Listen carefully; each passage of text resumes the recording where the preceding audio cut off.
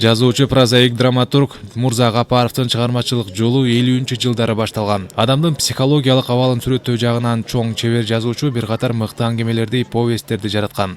Өнөр ээсинин чыгармалары бүгүндө эстетикалык жамалын жоготпой, нукура көркөм дүйнөнүн кайталангыс керемети дейт замандаштары. Тузду талаа деген спектакль негизинде биз кино коюлду. Көрсөңөр керек.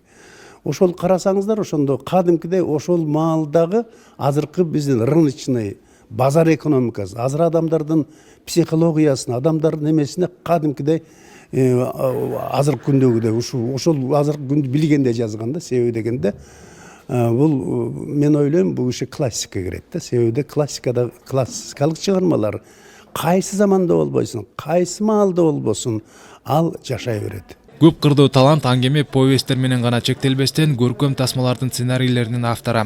Таланттын эмгектеринин негизинде тагдыр чечүүчү түн, дарыялардын шоокуму, күнөстүү арал, көчө, бабалар өрөөнү жана башка тасмалар тартылган. Өнөр ээсинин 85 жылдыгына арналган кечеге келген замандаштарынын айтымында Гапаров көркөмсөз зергери катары чыгармаларын идеялык, эстетикалык жактан ийнине жеткирип иштөө үчүн көп эмгек кылган. Кыргыз адабиятында бараандуу орду бар жазуучулардын бири.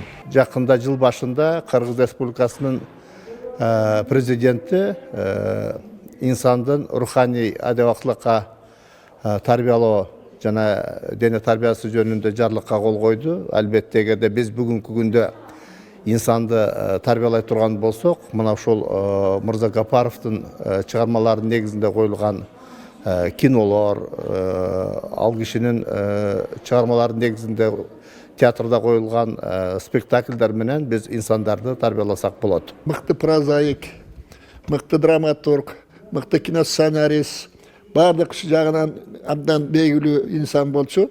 Ал ошонусу менен кыргыз маданиятына өзгөчө салым кошту деп эсептейбиз да. Мырза Гапаровдун кыргыз адабиятына, кыргыз маданиятына кошкон салымы өзгөчө деп эсептеймин. Мурза Гапаров Ош облусунун Ноокат районунда туулган. Эмгек жолун колхозчудан баштаган Гапаров мугалим, кыргыз телефильмдин редактору. Кинематографисттер союзунун кеңешчиси, кийин Ош шаарындагы Кыргыз драма театрында адабий бөлүмдүн башчысы болгон. Чыгармачылык жолунда бир топ мыкты аңгемелерди калтырып, эмгеги үчүн Кыргыз Республикасынын эл жазуучусу наамына татыган. Кыргыз СССРнин жогорку кеңешинин грамотасы менен сыйланган. Сайфуддин Мурзаев, Перизат Куттубекова, Нуркамил Асанов, Ала Тоо 24.